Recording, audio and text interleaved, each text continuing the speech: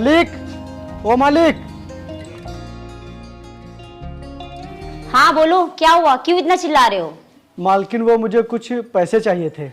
क्या पैसे? अभी तुझे पिछले हफ्ते पैसे दिए थे ना, फिर तुझे पैसे चाहिए?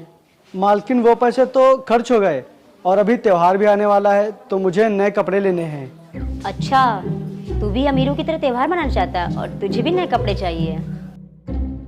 जी मालकिन। तू नौकर है, नौकर की तरह रहे, ज्यादा अमीरों की तरह बनने की मत सोच। और तुझे अभी पैसे नहीं मिलेंगे। नहीं मालकिन, ऐसा मत बोलिए। अगर मुझे आप ज़्यादा नहीं तो कुछ बहुत ही पैसे दे दीजिए ताकि मैं भी अपना त्योहार मना सकूं।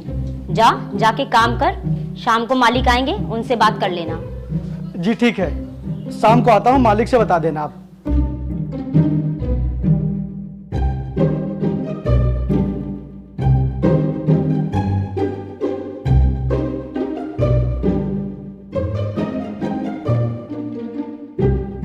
मालिक। हाँ बोलो, क्या बात है? जी मेम साहब, आपने बताया नहीं क्या मालिक को? वो मैंने आपसे बताया था ना कि वो पैसे लेने आया था। अच्छा, पैसे लेने आए हो? जी मालिक। अच्छा ये बताओ, नहर वाले खेत का काम हो गया? हाँ मालिक, हो गया। वो बाग वाले का खेत का काम? हाँ हाँ मालिक, वो भी हो गया। और वो 2 बीघे वाले खेत के धान पिट गए? जी मालिक, अभी नहीं, वो काम बाकी है। और वो ताल के पास वाले खेत का काम हुआ है कि नहीं भी? जी मालिक, वो भी अभी बाकी है। काम चोर काम नहीं करता है और पैसे मांगने आ जाता है।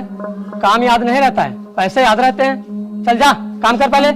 जी मालिक, मैं सारा काम कर दूंगा, लेकिन आप अभी मुझे कुछ रुपए दे दीजिए। वो त्योहार आने वाला है ना, तो मुझे कुछ कपड़े लेने हैं। तो त्योहार में नए कपड़े चाहिए? तो सुन, त्योहार सिर्फ अमीरों के लिए होते हैं, तुम जैसे गरीबों के लिए नहीं। तुम लोग सिर्फ काम करने के लिए बने हो। ये सुबह आया था और मुझसे ऊंची आवाज में बात कर रहा था और मुझसे पैसे मांग रहा था। अरे नहीं मालिक, ऐसा कुछ भी नहीं किया था मैंने। मालकिन, आप झूठ क्यों बोल रही हैं? मैंने तो आपसे ऊंची आवाज में कभी भी बात नहीं की। तू अब मेरी बीबी पर झूठ बोलने का इल्जाम लगा रहा है। चल जा, खेतों में जाके काम कर। जी मालिक।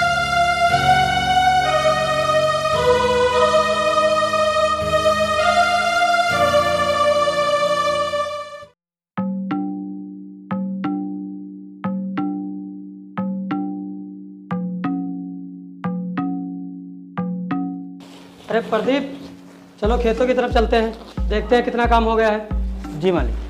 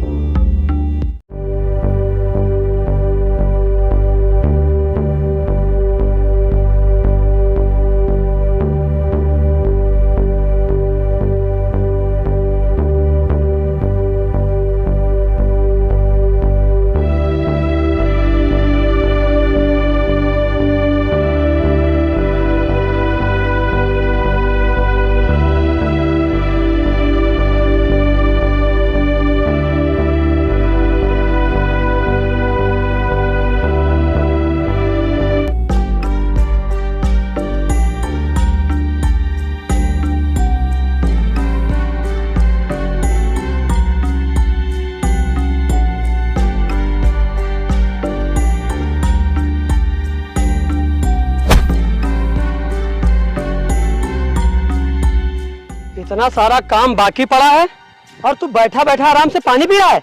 पैसे हर हफ्ते मांगने आ जाता है और काम ठीक से नहीं करता है। अरे नहीं मालिक, वो मैं काम ही कर रहा था। वो बस थोड़ी सी प्यास लग गई थी तो इसलिए पानी पीने लगा था। और मालिक, इस समय मेरी तबीयत थोड़ी खराब सी लग रही है। मैं आने वाला था आपके पास दवाई के लिए पैसे लेने। उस दिन मैंने तुझे पैसे नहीं दिए, आज तबीयत खराब होने का बहाना बनाकर मुझसे पैसे मांग रहा है। मैं तुझे 1 रुपया नहीं दूंगा। नहीं मालिक, मैं बहाना नहीं बना रहा हूँ, सच में मेरी तबीयत खराब है। ज्यादा जुबान मत चला, नहीं मैं तुझे नौकरी से निकाल दूंगा। अरे नहीं मालिक, अब मेरी चाहे जितनी तबीयत खराब हो, मैं आपका सारा काम करूंगा। अब मुझे नौकरी से मत निकालिएगा मालिक। चल ठीक है, पूरा काम खत्म कर। ठीक है। प्रदीप, इस पर नजर रख। जी मालिक।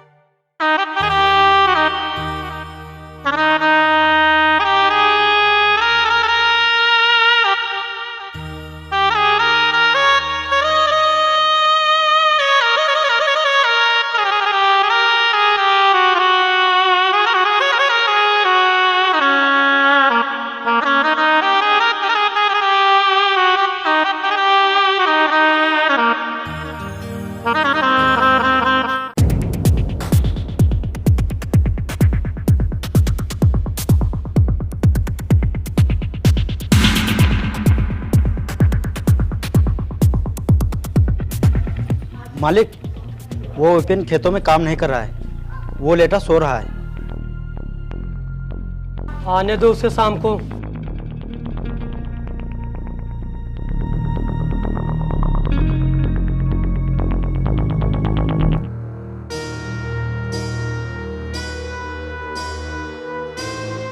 अरे मालकिन, एक गिलास पानी दे दीजिए, बहुत तेज से प्यास लगी है।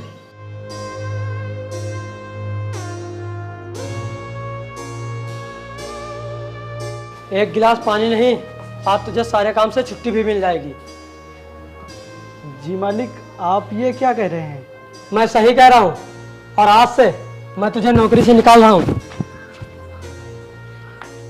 नहीं मालिक, ऐसा मत करिए। मेरा आप लोगों के सिवा और कोई भी नहीं है। मैं कहाँ जाऊँगा? मुझे नौकरी से मत निकालिए।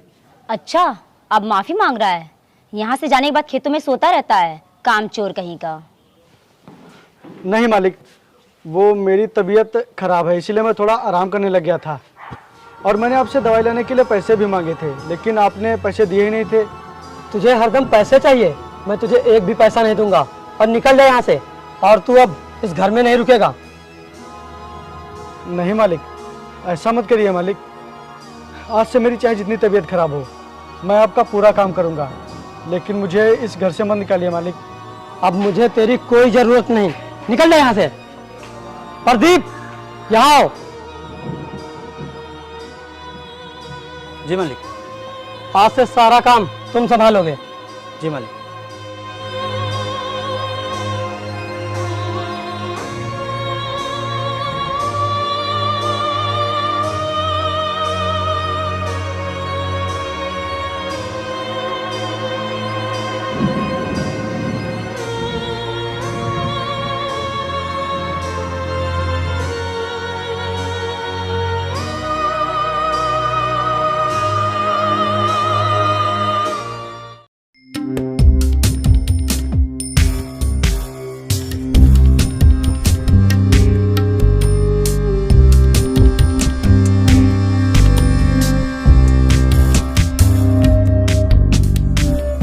सुनिए, विपिन नाम का लड़का यहीं रहता है? हाँ, वो पहले यहीं रहता था, लेकिन अब वो यहाँ नहीं रहता है, और उसको काफ़ी दिन हो गए नौकरी छोड़े हुए। तो फिर कहाँ गया? पता नहीं साहब, वो गरीब आदमी कहाँ मर रहा होगा। उसका कोई अता पता तो है नहीं, उसका ना कोई घर है और ना ही कोई ठिकाना, तो मुझे नहीं पता वो कहाँ होगा।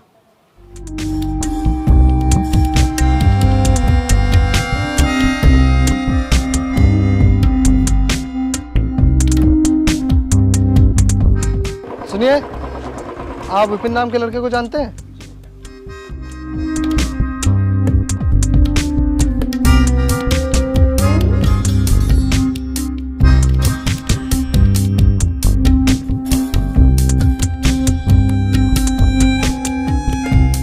सुनिए, आप विपिन नाम के लड़के को जानते हैं? हाँ, लेकिन अब वो गांव में नहीं रहता।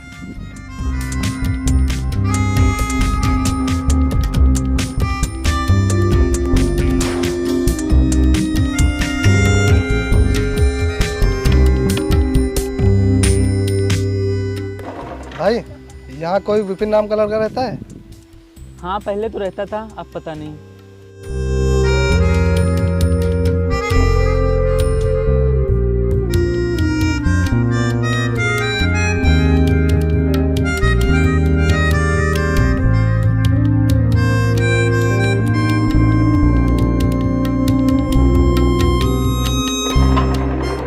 सुनो,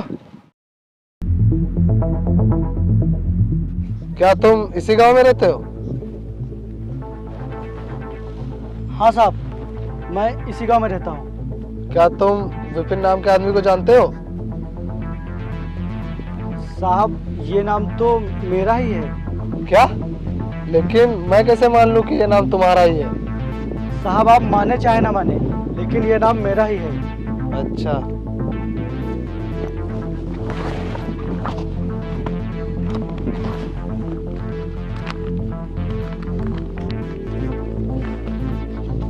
ये बताओ, तुम्हारे बाबा का क्या नाम है?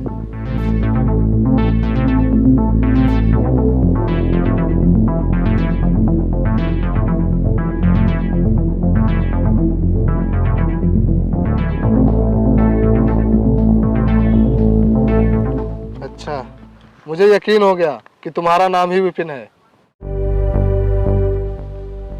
तुमने अपनी कैसी हालत बना रखी है? मेरी तो ये हालत न जाने कब से है, लेकिन साहब आप मुझसे ये सब क्यों पूछ रहे हो? मैं तुम्हें सब कुछ डिटेल में बताता हूँ। चलो आओ बैठो मेरे साथ। ठीक है साहब।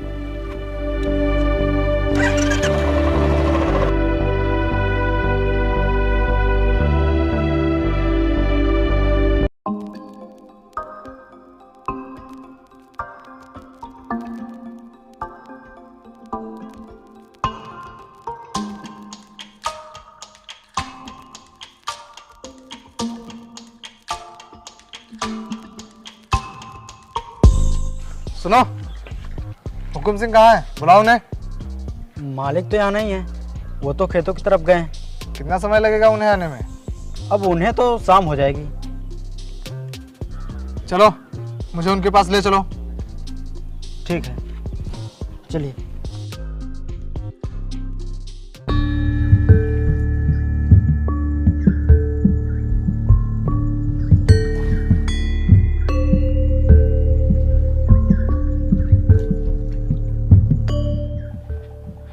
रुकिए मालिक।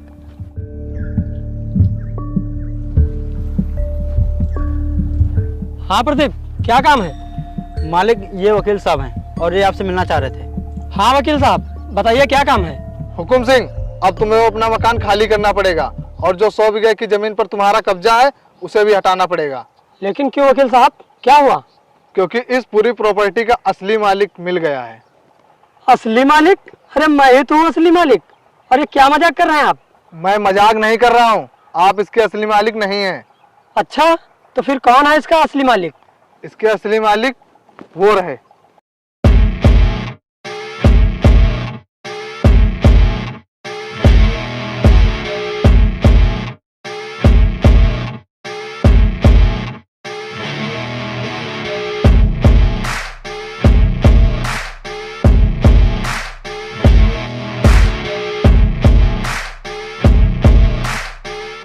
अरे वकील साहब, ये कैसा मजाक कर रहे हैं? ये मालिक नहीं, ये मेरा नौकर है। और अब तो ये नौकर भी नहीं रहा, मैंने इसे नौकरी से निकाल दिया था। आपको अच्छी तरह से पता है कि इस प्रॉपर्टी का मालिक कौन है, बस आप झूठ बोल रहे हैं। क्योंकि इनके पिताजी मरने से पहले कोर्ट में स्टाम्प पेपर देकर गए थे, जिस पर साफ साफ लिखा है कि मेरा बेटा जब तक बालिग नहीं हो जाता तब तक मेरी सारी संपत्ति की देखभाल मेरा नौकर हुकुम सिंह करेगा और मेरे बेटे की भी देखभाल वही करेगा। और मेरा बेटा जैसे ही बालिग हो जाएगा तो मेरी सारी संपत्ति कानूनी तौर पर मेरे बेटे विपिन के नाम हो जाएगी।